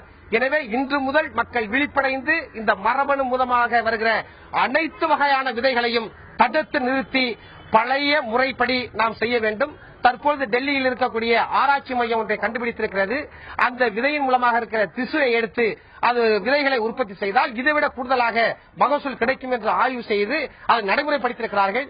அப்படி அந்த பாரம்பரிய மிக்கதை பயன்படுத்த வேண்டும் என்று கேட்டுக்கொள்கிறேன். தங்கள் தேவா, தொடர்ந்து பேசலாம். மரபணு மாற்றம் செய்யப்பட்ட பயிர்களை சாகுபடி செய்ய அனுமதிப்பதில் மத்திய அரசு தற்பொழுது ஏன் அவசரம் காட்டி வருகிறது என்கின்ற கேள்வியும் இங்கே எழுப்பப்படுகிறது. இந்த மரபணு மாற்று பயிர்களை பரிசோதனை அடிப்படையில் அனுமதித்தால் நம்முடைய இயற்கை பாரம்பரியமான நெல் ரகங்கள் அழிந்துவிடக்கூடிய வாய்ப்புகள் அதிகமாக இருக்கிறது. அதற்கு பிறகு வருங்காலத்தில் வெளிநாடுகளில் இருக்கக்கூடிய கம்பெனிகளிடத்தில் நாம் விதைகளுக்காக காத்திருக்கக்கூடிய சூழல் உருவாகலாம். அது அபாயகரமான ஒரு நிலையை உருவாக்கிவிடும் என்கின்ற ஒரு அச்சம் விவசாயிகள் மத்தியில் இருப்பதை பார்க்க முடிகிறது. சேலம் செய்தியரங்கில் இருக்கும் திரு நல்லசாமி அவர்களிடத்தில் பேசலாம். திரு நல்லசாமி, இந்த மரபணு மாற்று பயிர்கள் சாகுபடி பற்றி பல்வேறு நாடுகளிலும் ஒரு நெகட்டிவான விஷயங்கள் தான் இருக்கு. இப்போ இந்தியாவை பொறுத்த வரைக்கும் பல மாநிலங்களில் கூட அதனுடைய பாதிப்பு அதிகமாகவே இருக்கு. விவசாயிகள் மத்தியிலே இது ஒரு அச்சத்தையும் ஏற்படுத்தி இருக்கு. இதையெல்லாம் தாண்டி இந்த மரபணு மாற்று பயிர்களை பரிசோதனை அடிப்படையில் அனுமதி அளித்திருப்பது என்ன காரணத்திற்காக இது அனுமதி அளித்திருக்கிறது? இதனுடைய நோக்கம் என்ன? பரிசோதனை அடிப்படையில் இப்ப அனுமதிச்சிருக்கிறதா சொல்றாங்க. இது அந்த பன்னாட்டு நிறுவனத்தினுடைய நிர்பந்தம். அதாவது குரங்கு விட்டு ஆழம் பார்க்குமா, அந்த மாதிரி இன்னைக்கு நம்ம நாட்டை பொறுத்த அளவுல பாத்தீங்கன்னா ஒரு அமைச்சரை விட்டு அந்த இப்ப ஆழம் பாக்குறாங்க. ஆக சோதனைங்கிற அடிப்படையில் சோதனை பண்ணாங்கன்னா அதுல இருக்கக்கூடிய மகரந்த பொடி காத்துலயோ மற்ற வழியிலயோ போய் அடுத்த பயிர்ல விழுந்து ஆக எல்லா பயிரையும் கெடுக்கக்கூடிய ஒரு சூழல் உருவாகும். ஆக சோதனை செய்ய வேண்டிய அவசியம் என்ன? ஆக அப்படிப்பட்ட அவசியம் இல்லாத நிலைமையில இந்த சோதனை தேவையாங்கிறது தான் இன்னைக்கு இருக்கக்கூடிய ஒரு கேள்வி. இப்போ வளரும் நாடுகள்ல தான் இதை செய்யறாங்களா? ஐரோப்பிய நாடுகள்ல எந்த நாடுக்கு அனுமதிக்கல. ஆக பல நாடுகள் இந்த பண்டத்தை இறக்குமதி பண்ணி பலதரப்பட்ட நோய்க்கு ஆளாயிருக்கு. ஆக இந்தியாவில் இருக்கக்கூடிய இந்த 120 கோடி மக்களும் அவங்களுடைய பார்வைக்கு அந்த பன்னாட்டு நிறுவனத்தினுடைய பார்வைக்கு என்ன எலிகள் மாதிரி குரங்குகள் மாதிரி இது சோதனை செய்யக்கூடிய ஒரு பண்டமா தெரியுறாங்க போல தெரியுது. ஆக இதற்கு நாம அனுமதிக்கவே கூடாது. ஆக மாற்றங்கள் தேவைதான், இல்லைன்னு சொல்ல முடியாது. மாற்றங்கள் ஏமாற்றங்களாக இருந்து விடக்கூடாது. பழையன கழிதலும் புதியன புகுதலும் வலுவழுகான வகையினானே. அந்த அடிப்படையில் இது இந்தியாவுக்கு தேவையே இல்லை. இப்ப பாத்தீங்கன்னா ஜீனை அவங்க மாத்துறாங்க. இப்போ ஒரு தக்காளி இருக்கு, முன்னையெல்லாம் தக்காளிங்கிறது நாட்டு தக்காளி. அது கொஞ்சம் மழை பெஞ்சா வெடிச்சிரு, பச்சைக்காய் வெடிச்சிரு, அதனுடைய சுவையே தனி. அந்த தோல் மெலுசா இருக்கும். அந்த தோல் கெட்டியா இருக்கணும் அப்படிங்கிற பல நாள் கெடாது இருக்கணுங்கிறதுக்காக பன்றியினுடைய ஜீன் எடுத்து அதுல புகுத்திருக்காங்க. இப்ப தக்காளி செவுத்துல அடிச்சா பந்து மாதிரி திரும்பி வரக்கூடிய நிலைமையில ஆயிருச்சு. இதற்கு காரணம் எல்லாம் இந்த மரபணு மாற்றம் தான். அது அயல்மகனத சேர்க்கை மூலமா வந்துருது. இப்ப வங்காளதேசத்துல அனுமதிச்சிருக்காங்க. அந்த கத்திரிக்காய் தாராளமா ஏராளமா சாகுபடி பண்றாங்க. அங்கிருந்து மகரந்தப்படி இந்தியாவுக்கு வரும், அங்கிருந்து கத்திரிக்காய் இந்தியாவுக்கு வரும். திரு நல்லசாமி, தொடர்ந்து பேசலாம். மரபணு மாற்று பயிர்களை பரிசோதனை அடிப்படையில் சாகுபடிக்காக அனுமதிக்க கூடாது என்கின்ற குரல் தமிழகத்தில் இருக்கக்கூடிய பல்வேறு விவசாயிகள் மத்தியில் இருக்கிறது. அப்படி அனுமதிக்கும் பொழுது ஒரு இடத்தில் அனுமதிக்கக்கூடிய அந்த இடத்திலிருந்து மற்றொரு பயிர்களுக்கு அது செல்வதன் மூலம் மற்ற பயிர்களும் அது பாதித்துவிடும் என்கின்ற ஒரு அச்சமும் விவசாயிகள் மத்தியில் இருக்கிறது. இந்த நிகழ்ச்சியில் நம்முடைய தொலைபேசி வாயிலாக பொருளாதார வல்லுநர் திரு ஆனந்த் ஸ்ரீனிவாசன் இணைந்திருக்கிறார். அவரிடத்தில் கூடுதல் விவரங்களை கேட்கலாம். வணக்கம் திரு ஆனந்த் ஸ்ரீனிவாசன். மரபணு மாற்று பயிர்களை பரிசோதனை அடிப்படையில் சாகுபடிக்காக அனுமதிக்கலாம் அப்படின்னு மத்திய அரசு அனுமதி கொடுத்திருக்காங்க. ஆனா மரபணு மாற்று பயிர்களை சாகுபடிக்காக அனுமதித்தால் பாரம்பரிய விவசாயம் அழிந்துவிடும் அப்படின்னு சொல்றாங்க. இப்போ இந்த மரபணு மாற்று பயிர்கள்ல இருக்கக்கூடிய நன்மைகள் எல்லாம் என்ன? இது அப்சல்யூட்லி தப்பு இவங்க சொல்றது. இப்ப காட்டன் எடுத்துக்கணும். காட்டன்ல வந்து 95% of all cotton growing is out of genetically modified seeds. அந்த ஜெனட்டிக்கால மாடிஃபை பண்ண சீட்ஸ்னால தான் இந்த காட்டன் growth வருது. இவங்க வந்து போன கவர்மெண்ட் இருக்கிறத பிரிஞ்சால வந்து கொஞ்சம் டெஸ்ட் பண்ணாங்க, கத்திரிக்காவை கொஞ்சம் டெஸ்ட் பண்ணாங்க. அதுலயும் ஒன்னும் இவங்க சொல்றதெல்லாம் ஒன்னும் நடக்கவே இல்லை. ஸோ அந்த பிரிஞ்சால் வந்து சக்சஸ்ஃபுல்லா இருந்தது. அந்த பிரிஞ்சால் அலோவ் பண்ணலாம்னு தான் சொன்னாங்க. இதனால இப்ப நீங்க வந்து ஜெனட்டிக்கலி மாடிஃபைட் சீட்ஸ் நீங்க அலோவ் பண்ணலன்னா ஒரு க்ரோயிங் பாப்புலேஷனை நீங்க எப்படி ஃபீட் பண்ணுவீங்க? If you don't allow genetically modified crops to be GM crops to come in, how can we feed so many people that we have 120 crores people? How is it possible? எப்படி அவங்களுக்கு நம்ம வந்து சாகுபடி பண்ணி எப்படி நம்ம கொடுக்க முடியும் சொல்லுங்க. ஓகே திரு ஆனந்த் ஸ்ரீனிவாசன், இப்போ இந்த மரபணு மாற்று பெயர்களை சாகுபடி செய்வதன் மூலம் அதுல ஏதாவது பாதிப்பு ஏற்பட்டுச்சு அப்படின்னா அதை வந்து தெரிந்து கொள்ளக்கூடிய ஆய்வு கூடங்களோ இல்ல நவீன பரிசோதனை கூடங்களோ இல்லை அப்படிங்கிற ஒரு குற்றச்சாட்டும் இருக்கு. இப்போ இந்த மரபணு மாற்று பெயர்களை சாகுபடி செய்யும் பொழுது அந்த நிலத்துல பாரம்பரியமான மீண்டும் இயற்கை விவசாயம் செய்யக்கூடிய வாய்ப்பு இல்லாமல் போகலாம் அப்படிங்கிற ஒரு பயமும் விவசாயிகளிடத்துல இருக்கு. இது உண்மையா? முதல்ல நம்ம எல்லாம் எதுக்கு பயம் இல்ல, ஒண்ணு புதுசா நம்ம ஒண்ணு செய்யணும்னா அதுக்கு எல்லாருமே பயப்படதான் செய்வாங்க. இது என்ன சின்னதா ஒரு ஏக்கர் 2 ஏக்கர் 3 ஏக்கர் 4 ஏக்கர்ல டெஸ்ட் பண்ணதுனால என்ன ஆயிட போகுது? ஒரு சின்ன அளவுல டெஸ்ட் பண்ணி அது கரெக்டா வந்துச்சுன்னா மக்களுக்கு நல்லது இல்ல, விலைவாசி குறையும் இல்ல, இன்னும் நிறைய சந்தைக்கு வரும், நிறைய மெட்டீரியல் இது சந்தைக்கு வரும், இது சாப்பாடு சாமான்கள்லாம் விலை குறையும், அது மக்களுக்கு நல்லது தானே, விவசாயிக்கும் நல்லது தானே. மோர் ஈல்டு ஜாஸ்தியா வந்ததுன்னா எவ்வளவு ஒரு மூட்டை வந்து ஒரு ஏக்கருக்கு 20 மூட்டையோ 30 மூட்டையோ வரதுக்கு பதிலா 50 மூட்டை வந்ததுன்னா அவங்களுக்கும் நல்லது தானே. இது யாரும் இப்ப வந்து 100 ஏக்கர்ல விடுங்க 200 ஏக்கர்ல விடுங்கன்னு சொல்லலையே. டெஸ்ட் பண்ணவே கூடாதுன்னு சொல்றதுதான் தப்பு. டெஸ்ட் பண்ணி தப்புன்னா எடுத்துடலாமே வெளில. களத்தில் இருக்கும் எமது செய்தியாளர் செந்தில் தேவாவிடம் பேசலாம். செந்தில் தேவா, இப்ப அங்க இருக்கிறவங்க கிட்ட கேளுங்க, இந்த மரபணு மாற்று பயிர்கள் வந்து ஒரு சில ஏக்கர் நிலங்களில் மட்டும்தான் பயிர் சாகுபடி செய்ய இருக்கிறது. சாகுபடி செய்து முடித்த பின்னர் பரிசோதனை அடிப்படையில தான் இப்ப வந்து அரசு அனுமதி கொடுத்திருக்கிறது. அதனுடைய முடிவில் இது விளைவுகள் எப்படிப்பட்டதாக இருக்கும் அப்படிங்கறத நம்ம பரிசோதனை அடிப்படையில் செய்து பார்க்கலாம் அப்படின்னு அரசு முடிவு பண்ணிருக்காங்க. இதுல என்ன தவறு இருக்கு அப்படின்னு பொருளாதார நிபுணர் கேள்வி எழுப்பியிருக்காங்க. இதை விவசாயிகள் எப்படி பார்க்கிறாங்க? அவங்க விவசாயிகள் கிட்ட கேளுங்க. ஹேமா, இந்த மரபணு மாற்று பயிர்ல வந்து பல்வேறு நச்சுத்தன்மைகள் கலந்திருப்பதாகவும் அதனாலதான் அதுல வந்து எந்த வித பூச்சி புழுக்கள் அந்த பயிரை வந்து அழிக்கக்கூடிய எதுவும் அண்டாம இருக்கிறதாகவும், அப்படி அந்த பூச்சி புழுக்களே சாகக்கூடிய நிலைமையில உள்ள அந்த மரபணு மாற்று பயிரை பயிரிட்டு நம்ம சாப்பிட்டா நம்ம எப்படி ஆரோக்கியத்தோட வாழ முடியும்? பல்வேறு நோய்களை பல்வேறு நாட்டுகள்ல சந்திச்சிருக்காங்க. அதனால இது எங்களுக்கு வேண்டாம் அப்படின்னு சொல்லி விவசாயிகள் முழுமையா சொல்லியிருக்காங்க. இப்ப நம்மள்ட்ட பேசுறதுக்காக மறுமலர்ச்சி திராவிட முன்னேற்ற கழக மாநில கொள்கை பரப்பு துணை செயலாளர் ஆரூர் சீனிவாசன் வந்திருக்காங்க. சார், இப்போ வந்து மத்திய அரசு 13 வகையான இதுக்கு பரிசோதனை பண்ணலாம் அப்படின்னு சொல்லிதான் அனுமதி கொடுத்திருக்காங்க. ஒரு சில ஏக்கர்ல பண்ணா எந்த வித பாதிப்பும் வராது அப்படின்னு சொல்லிட்டு கூட சமூக ஆர்வலர்கள் சொல்லியிருக்காங்க. அது வந்து ஒரு சில ஏக்கர்கள்ல பண்றப்ப எந்த வித பாதிப்பு வந்துடாது, நம்மளுக்கு தேவைகள் நிறைய இருக்கு அப்படின்னு சொல்லியிருக்காங்க. இதை நீங்க எப்படி பாக்குறீங்க? மரபணு மாற்று விதைங்கிறத பத்தி இப்ப நீங்களே சொன்னீங்க, பூச்சிகளை கட்டுப்படுத்தும் என்று. அதாவது மரபணு மாற்று விதை என்று சொன்னால் நம்முடைய மரபுகளை மீறி புதிதாக ஒரு பேசிலஸ் துரிஞ்சான் என்ற ஒரு நச்சு ஒரு பாக்டீரியா ஜீன்ஸ் அது உள்ளே புகுத்தி அந்த விதை முளைச்சி அதுல வர்ற பருத்தி கத்திரிக்காயில பூச்சி தாக்காது, போல்வம் என்ற அமெரிக்கன் காய்ப்புழு தாக்காது அப்படின்னு சொல்றாங்க. அப்படி அந்த அமெரிக்கன் காய்ப்புழு தாக்காமல் இருப்பதற்காக ஒரு நச்சுத்தன்மை கொண்ட எண்டோடாக்சின் என்ற ஒரு விஷத்தன்மை கொண்ட அந்த பேசிலஸ் துரிஞ்சான புகுத்தும் போது அந்த ஒரு காய் புழுவை மட்டும்தான் அதை கட்டுப்படுத்துமே தவிர மற்ற வெள்ளை தத்து பூச்சி அந்த பூச்சி இந்த பூச்சி எதையுமே கட்டுப்படுத்தாது. இப்ப இருக்கிற பிரச்சனைகள் என்னன்னு சொன்னா, நம்மிடத்திலே நல்ல பூமி இருக்கு, நல்ல தண்ணி இருக்கு. இந்த ரெண்டும் இருந்தும் விதைக்கு வெளிநாட்டுக்காரனின் கையை ஏந்த வேண்டிய நிலையை உருவாக்கி 1981 இருந்து இன்று வரை அதற்கான முயற்சி மேற்கொண்டிருக்கிறார்கள். நான் தமிழகத்தின் விவசாயிகள் சார்பாக சொல்லுகிறேன், இந்த மோசடி அரசாங்கம் மோடி அரசாங்கம் என்பதை மாற்றி இந்த மோசடி அரசாங்கம் விவசாயிகளின் தலையில் அந்த மான்சாண்டா கம்பெனியோ மகிகோ கம்பெனி போன்ற அந்த பகாசுர கம்பெனிகளை கொண்டு வந்து புகுத்தி இந்தியாவை அடகு வைக்க பார்க்கிறது. இன்னொரு கருத்தை சொல்லணும், அதாவது பீட்டி பருத்தி, பீட்டி கத்தரிக்காய், தக்காளி போன்றவைகளை மனித பிணத்தை சாப்பிடுவதற்கு சமமானது. நான் காலம் கருதி சொல்லுகிறேன், நம்முடைய தமிழ்நாட்டு விவசாயிகள் எவன் தயவும் இல்லாமல் மற்றவர்களுக்கு உணவு அளிக்கக்கூடியவன்.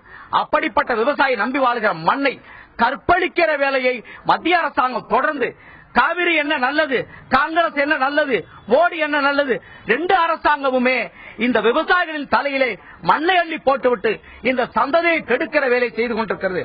நான் எச்சரிக்கிறேன், எங்களுக்கு தேவை கண்ணை பறிக்கிற மின்னொலியோ மெர்க்குரி விளக்கே தேவையில்லை.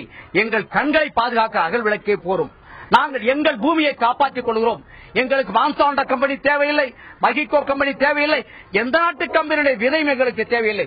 எங்களுடைய பாரம்பரிய விவசாயம், எங்கள் பாட்டன் பூட்டன் அதற்கு முன்னால் இருந்தவர்கள் செய்த அந்த விவசாயத்தை நம்பி இந்த பூமியையும் மக்களையும் காப்பாற்ற. ஒன்னு தெரிஞ்சுங்க, நீங்க இந்த பீட்டி பருத்தி, பீட்டி கத்திரிக்காய் சாப்பிட்டா அந்த குழந்தைகளுக்கு பக்கவாத நோய் வருகிறது, மருத்துவர்கள் பேசி இருக்கிறார்கள், புற்றுநோய் வருகிறது. இன்னும் சொல்ல போனால் தலைமுறையை கெடுக்கிற அந்த இம்பார்ட்டன்ட் என்ற ஆண்மை இழப்பு தன்மை வருகிறது. இந்த தொலைக்காட்சியை பார்த்துக் கொண்டிருக்கிற இளைஞர்களே, இளம் தம்பதிகளே, உங்களுடைய வாழ்க்கையில் நீங்கள் இந்த பீட்டி சம்பந்தப்பட்ட உணவை நீங்கள் சாப்பிட்டால் உங்களின் ஆண்மையும் உங்களின் தாய்மையும் ஒட்டுமொத்தமாக கொச்சைப்படுத்தப்படுகிற நிலைக்கு வெளிநாட்டு கம்பெனிகள் கொண்டு வந்து கொண்டிருக்கின்றன. ஒட்டுமொத்தமாக இங்கே ஒரு ஏக்கர்ல ஒரு ஊசி குத்துற இடத்துல கூட பீட்டி சோதனையை இந்திய அரசாங்கம் கொண்டு வருமானால் அந்த அரசியல் சட்டத்தின் மீது நாங்கள் நம்பிக்கை இழப்போம். எங்களுக்கு அந்த சட்டம் தேவையில்லை, இந்த நாடும் தேவையில்லை என்ற முடிவுக்கு இந்த நாட்டுக்கு, இந்த மண்ணுக்கு உணவளக்கிற படி அளக்கிற நாங்கள் முடிவெடுத்திருக்கிறோம். அதற்காகத்தான் இத்தனை சமூக ஆர்வலர்கள் ஒன்று கூட குரல் கொடுக்கிறோம். இது டெல்லிக்கு கேட்கும் என்று நான் எச்சரிக்கிறேன். நம்மிடையே பேசுவதற்காக காவிரி தனபாலன் அவர்கள் வந்திருக்கார்கள். ஒரு பாரம்பரிய விவசாயி, நிறைய இயற்கை விவசாயங்களை பண்ணக்கூடியவர். இன்றைய நடக்கிற விவசாயிகளுக்கு பல்வேறு நடக்கக்கூடிய தண்ணீர் பிரச்சனை உள்ளிட்ட பல்வேறு பிரச்சனைகளுக்காக போராடக்கூடிய காவிரி தனபாலன் வந்திருக்கா. அவர்கிட்ட கேட்போம். சார், இந்த மரபணு மாற்றுப்பயிரை மத்திய அரசு பரிசோதனைக்கு அனுமதிச்சிருக்கு. இதை அனுமதிச்சு சிறிய சிறிய வயல்கள், அதாவது 1 ஏக்கர் 2 ஏக்கர்ல பண்ணா என்ன பாதிப்பு, எப்படி ஏற்படும் அப்படின்னு சொல்லுங்க. மரபணு மாற்று தொழில்நுட்பம் என்பது ஒரு சமுதாயத்தில் ஆணுக்கும் ஆணுக்கும் திருமணம் செய்து ஒரு குழந்தை பேறு பிறப்பது எவ்வளவு ஒரு விரோதமான, மனித இனத்துக்கு விரோதமான செயலோ அதுக்கு இணையானது. இன்றைக்கு இந்த பன்னாட்டு கம்பெனிகளுக்கு இந்திய விவசாயிகள் மீது ஏன் இவ்வளவு அக்கறை, இந்திய மக்கள் மீது ஏன் இவ்வளவு அக்கறை கேட்டா, இந்த நாட்டுக்கு தேவையான காய்கறிகளை உற்பத்தி பண்றது, விளைச்சலை பெருக்கிறது அப்படிங்கிற ஒரு காரணத்தை சொல்லிக்கொண்டு ஏமாற்றுகிற வேலையை இந்த பன்னாட்டு கம்பெனிகள் செய்கிறது. உண்மையிலேயே அடிப்படை காரணம், உலகிலேயே 11 மாதங்களுக்கு வெயில் உள்ள ஒரே சீதோசனை உள்ள ஒரே நாடு உலகத்திலே இந்தியா மட்டும்தான். இங்க மட்டும்தான் வருஷம் பூரா விவசாயம் பண்ண முடியும். இந்த விவசாயத்தை நம்பி இருக்கக்கூடிய 120 கோடி மக்களினுடைய மிகப்பெரிய சந்தையை தன் வசப்படுத்த வேண்டும். இந்த சந்தைக்கு தேவையான அனைத்து விதைகளையும் தன்னுடைய விதைகளாக இருக்க வேண்டும் என்கின்ற நோக்கத்தில் இந்த பன்னாட்டு கம்பெனிகள் இங்கே ஒவ்வொரு ஆட்சியாளர்கள் இருக்கும் போதும் இந்த பீட்டி தொழில்நுட்பங்கிற பேரில் உள்ளே புகுத்துவதற்கான முயற்சியை எடுக்கிறாங்க. இந்த பேசிலஸ் துரிஞ்சன்ஸ் சொல்லக்கூடிய அமெரிக்காவில் இருக்கக்கூடிய ஒரு சதுப்பு நிலத்தில் ஒரு கழிமுக பிரதேசத்தில் இருக்கக்கூடிய ஒரு வகையான பூஞ்சாலம். இந்த பூஞ்சாலத்தை காயில கத்திரிக்கான்னு சொன்னக்கூடிய காய்ப்புழு தாக்கக்கூடிய இடத்துல அதை செலுத்தி அதனுடைய அடிப்படையில அந்த காய்ப்புழுவை கட்டுப்படுத்துவோம்னு முன்னாடி சொல்லி சந்தைக்கு வந்தாங்க. ஆனா இன்னைக்கு அதே மாதிரி பருத்தியில கொண்டு வந்தாங்க. வார்தாவில் ஆயிரக்கணக்கான விவசாயிகள் தற்கொலை பண்ணி கொண்டார்கள். ஆனால் இன்றைக்கு என்ன சொல்லுது, அதே இந்த பன்னாட்டு கம்பெனி அந்த காய்ப்புழுவை கட்டுப்படுத்துகிற சக்தி அதுக்கு இல்ல, அதனால புதிய வகை 2 அப்படின்னு சொல்லக்கூடிய 2வது வகையான காய்ப்புழுவை தடுக்கக்கூடிய நாங்க உயிரினத்தை இப்ப கொண்டு வரோம்னு சொல்றாங்க. உண்மையிலேயே நடப்பு என்னன்னு பாத்தீங்கன்னா, ஆப்பிரிக்க கண்டத்தில் இருக்கக்கூடிய வறிய நாடுகள்ல இந்த தொழில்நுட்பத்துல புகுத்துறோம் அப்படின்னு சொல்லி அந்த மக்களுக்கான விவசாயத்தை முன்னிலைப்படுத்துறோம், உற்பத்தியை பெருக்கிறோம் சொல்லி அமெரிக்காவினுடைய பன்னாட்டு கம்பெனிகள் அந்த ஆப்பிரிக்க கண்டத்தினுடைய மொத்த விவசாயத்துல 70% தன்வசம் கொண்டு போனாங்க. ஆனா விளைவு இன்னும் ஆப்பிரிக்க நாடுகள்ல ஒரு பஞ்சத்தை கூட போக்க முடியல. அதே மாதிரி இன்று இந்தியாவில் நாங்க இந்த பஞ்சத்தை போக்குவதற்கு, உற்பத்தியை பெருக்குவதற்கு பன்னாட்டு தொழில்நுட்பத்தை நாங்க கொண்டு வருவோங்கிற அடிப்படையில இந்த பீட்டி தொழில்நுட்பத்தை கொண்டு வராங்க. இன்னைக்கு இருக்கக்கூடிய கத்திரிக்காயில மின்மினி பீட்டினுடைய ஜீனு அதே மாதிரி பாத்தீங்கன்னா உங்க தகவலுக்கு நன்றி. நம்முடைய பேசுவதற்காக இந்திய கம்யூனிஸ்ட் கட்சி விவசாய தொழிலாளர் சங்க விவசாய சங்க மாவட்ட குழு உறுப்பினர் உலானான் வந்திருக்காங்க. அவங்கள்ட்ட பேசுவோம். வணக்கம். மரபணு மாற்று பயிரை இந்தியாவில் அறிமுகப்படுத்த மத்திய அரசு அறிமுகப்படுத்தியிருக்காங்க. அதை பரிசோதனை பண்ணலாம்னு சொல்லியிருக்காங்க. அதை அப்படி பண்ணா என்ன நடக்கும் அப்படிங்கிறத சொல்லுங்க. பல்வேறு நாடுகளில் தடை செய்யப்பட்டிருக்கிற இந்த மரபணு மாற்றுகளின் மூலமாக இன்றைக்கு இந்திய அரசாங்கத்தில் அனுமதி பெற்று இந்தியாவில் மகாராஷ்டிரா போன்ற மாநிலங்களில் அது செய்தால் மிகப்பெரிய ஆபத்து இருக்கிறது. குறிப்பாக குழந்தைகள் அதை உட்கொள்கிற போது மிகப்பெரிய பாதிப்பு ஏற்படுகிறது. இன்னும் சொன்னால் புற்றுநோய் வளர்ந்து கொண்டிருக்கிற இந்திய தேசத்தில் மேலும் குழந்தைகளுக்கு புற்றுநோய் உருவாக்குற ஒரு உணவை உற்பத்தி செய்கிற ஒரு நச்சுத்தன்மையை நயவஞ்சகத்தை மோடி அரசு செய்திருக்கிறது. இந்த மோடி அரசுக்கு எதிராக தமிழ்நாடு விவசாய சங்கம் எதிர்காலத்தில் மரபணு மாற்றுவதை இந்திய நாட்டில் கொண்டு வந்தால் போராடும் என்பதை எச்சரிக்கையாக சொல்ல கடமைப்பட்டிருக்கும். நம்முடைய பேசுவதற்காக சமூக ஆர்வலர் குழந்தைகள் நல மருத்துவர் டாக்டர் ராஜா வந்திருக்காங்க. அவங்கள்ட்ட கேட்போம். டாக்டர், இயற்கை விவசாயத்தை கூட நீங்க இப்ப சமீபத்தில் பண்ணிட்டு இருக்கதா நாங்க கேள்விப்பட்டோம். இந்த மரபணு மாற்று பயிரை மத்திய அரசு அனுமதிச்சிருக்கு. அதை விவசாயிகள் பண்ணா என்ன எப்படி நடக்கும், என்ன பண்ணணும் சொல்லுங்க. இந்த மரபணு மாற்ற பயிர் என்ற ஒரு விஷயத்தை எதற்காக இந்த அரசாங்கம் அறிமுகப்படுத்துகிறது என்றால், பிற்காலத்தில் உணவு பஞ்சம் ஏற்பட்டுவிடும் என்ற ஒரே ஒரு காரணத்தை முன்வைக்கிறார்கள். ஆனால் அந்த உணவு பஞ்சம் ஏற்படாமல் இருப்பதற்கு, நமது விவசாயத்தை காப்பதற்கு அவங்க மரபணு பயிரை கொண்டு வர வேண்டும் என்ற அவசியம் இல்லை.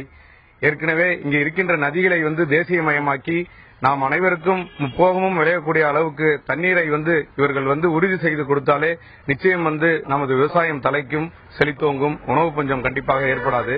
ஏற்கனவே ஏகப்பட்ட நோய்களினால் நமது குழந்தைகள் பாதிக்கப்பட்டுக் கொண்டிருக்கிறார்கள். நாம் அனைவரும் பாதிக்கப்பட்டுக் கொண்டிருக்கின்றோம். தினசரி புது விதமான நோய்கள் உருவாகி கொண்டிருக்கின்றன. வாழ்க்கை முறை மாற்றத்தால் ஏற்படக்கூடிய நோய்கள் ஏகப்பட்டது நம்மிடையே இன்று நிலவி கொண்டிருக்கிறது. இந்த சூழ்நிலையில் மரபணு மாற்றம் என்கின்ற இயற்கைக்கு ஒவ்வாத, இயற்கைக்கு எதிரான ஒரு விஷயத்தை நமக்கு இவர்கள் ஏன் செய்ய முயற்சிக்கிறார்கள் என்று புரியவே இல்லை. மேக் இன் இந்தியா அப்படிங்கிற ஒரு திட்டத்தை இந்த மத்திய அரசாங்கம் அறிவிச்சிருக்கு. மேக் இன் இந்தியான்னு சொல்லிட்டு எல்லாத்தையும் இந்திய பாரம்பரியம், இந்திய தேசியம், இந்திய இந்துஸ்தான் என்று பேசுபவர்கள் தொடர்ந்து பேசலாம். செந்தில் தேவா தொடர்ந்து பேசலாம். சேலம் செய்தியரங்கில் இருக்கும் திரு நல்லசாமி அவர்களிடத்தில் பேசலாம். திரு நல்லசாமி, இந்த விஷயத்துல தமிழக அரசு நிலைப்பாடு எப்படி இருக்கணும்னு நினைக்கிறீங்க? சுருக்கமா பதிவு பண்ணுங்க. தமிழ்நாடு அரசனுடைய நிலைப்பாடு இதை முற்றிலுமா எதுக்கணும்னு நாங்க எதிர்பார்க்கிறோம். ஏற்கனவே பாத்தீங்கன்னா மேலை நாடுகள்ல தடை செய்யப்பட்ட சாய சலவை ஆலைகளை ஆயத்த ஆடைகள் ஏற்றுமதியின் பொருட்டு திருப்பூர்ல கொண்டு வச்சாங்க. அது இன்னைக்கு 13,000 கோடி அந்நிய செலாவணி ஈட்டி கொடுக்குது, இல்லைன்னு சொல்லவில்லை. அதனால நொய்யலாறுங்கிற ஆறே செத்து போயிடுச்சு. அந்த ஆட்டை காப்பாத்துறதுக்கு என்ன தேர்வு, அந்த விஞ்ஞானி சொல்லட்டும். அங்க பசுமை புரட்சிங்கிற பேர்ல ரசாயன உரங்களை போட்டு பூச்சி மருந்து, பூஞ்சால மருந்து, களைக்கொள்ளை இதையெல்லாம் அடிச்சு நிலம் போச்சு, நீர் போச்சு, உடல் நலம் போச்சு, சுற்றுப்புற சூழல் போச்சு. திரும்ப பக்கமெல்லாம் மருந்து கடை இல்ல மருத்துவமனையா இருக்குது. புற்றுநோய் மருத்துவமனைகள் எங்க பார்த்தாலும் இருக்குது. இப்படிப்பட்ட சூழல்ல மக்கள் பாயில எடுத்து நோயில சாகக்கூடிய ஒரு நிலைக்கு தள்ளப்பட்டாங்க. இதுக்கு என்ன தீர்வு? ஆக வள்ளுவர் தெளிவா சொல்றார், எப்பொருள் யார் யார் வாய் கேட்பினும் அப்பொருள் மெய்ப்பொருள் காண்பது அறிவு. யார் சொன்னாலும், அமெரிக்கா சொன்னாலும் சரி, வளர்ந்த நாடுகள் சொன்னாலும் சரி, மான்சாட நிறுவனம் சொன்னாலும் சரி, ஆண்டவன் சொன்னாலும் சரி, உண்மையை பொருளை அறிந்து தெரிந்து புரிந்து நீ செயல்படு என சொல்லுகின்றார். அப்படி திரு நல்லசாமி, உங்களுடைய தகவல்களுக்கு நன்றி. மரபணு மாற்று பயிர்களை பரிசோதனை அடிப்படையில் சாகுபடி செய்யலாம் என்ற மத்திய அரசு அறிவிப்பு அனைத்து தரப்பு விவசாயிகள் மத்தியில் அதிர்ச்சியை ஏற்படுத்தி இருக்கிறது. பரிசோதனை அடிப்படையில் கூட இந்த மரபணு மாற்று பயிர்களை அனுமதிக்கக்கூடாது. இதனால் விவசாயத்திற்கும் மனிதர்களுக்கும் அது மிகப்பெரிய பக்க விளைவுகளை ஏற்படுத்தும் என்கின்ற ஒரு அச்சம் விவசாயிகள் மத்தியில் இருக்கிறது. அதே நேரத்தில் விஞ்ஞானிகள் தரப்பில் என்று பார்க்கும்பொழுது உணவு தேவையை பூர்த்தி செய்வதில் மரபணு மாற்று பயிர்களின் பங்கு அதிகமாக இருக்கிறது என்கின்ற ஒரு கருத்தும் இருக்கிறது. ஆக விவசாயிகளிடத்தில் இருக்கக்கூடிய அச்சத்தையும் இந்த மரபணு மாற்று பயிர் செய்வதற்கான பரிசோதனை கூடங்கள், ஆய்வு கூடங்கள் மற்றும் அனைத்து நிலங்களும் மிக சரியாக இருக்கிறதா என்கின்ற ஒரு சிறந்த ஆய்வை மத்திய அரசு நடத்த வேண்டும் என்கின்ற ஒரு கருத்தும் இங்கே முன்வைக்கப்படுகிறது. இந்த ஒரு விஷயத்தில் தமிழக அரசு நிலைப்பாடும் விவசாயிகளுக்கு ஆதரவாக இருக்க வேண்டும் என்கின்ற ஒரு குரலும் இங்கே பதிவு செய்யப்படுகிறது. இந்த நிகழ்ச்சியில் களத்திலிருந்து எம்மோடு இணைந்த எமது செய்தியாளர் செந்தில் தேவா, சேலம் செய்தி அரங்கில் இணைந்த திரு நல்லசாமி ஆகியோருக்கு நன்றி. மீண்டும் ஒரு உள்ளது உள்ளபடி நிகழ்ச்சியில் சந்திக்கலாம். இணைந்திருங்கள்.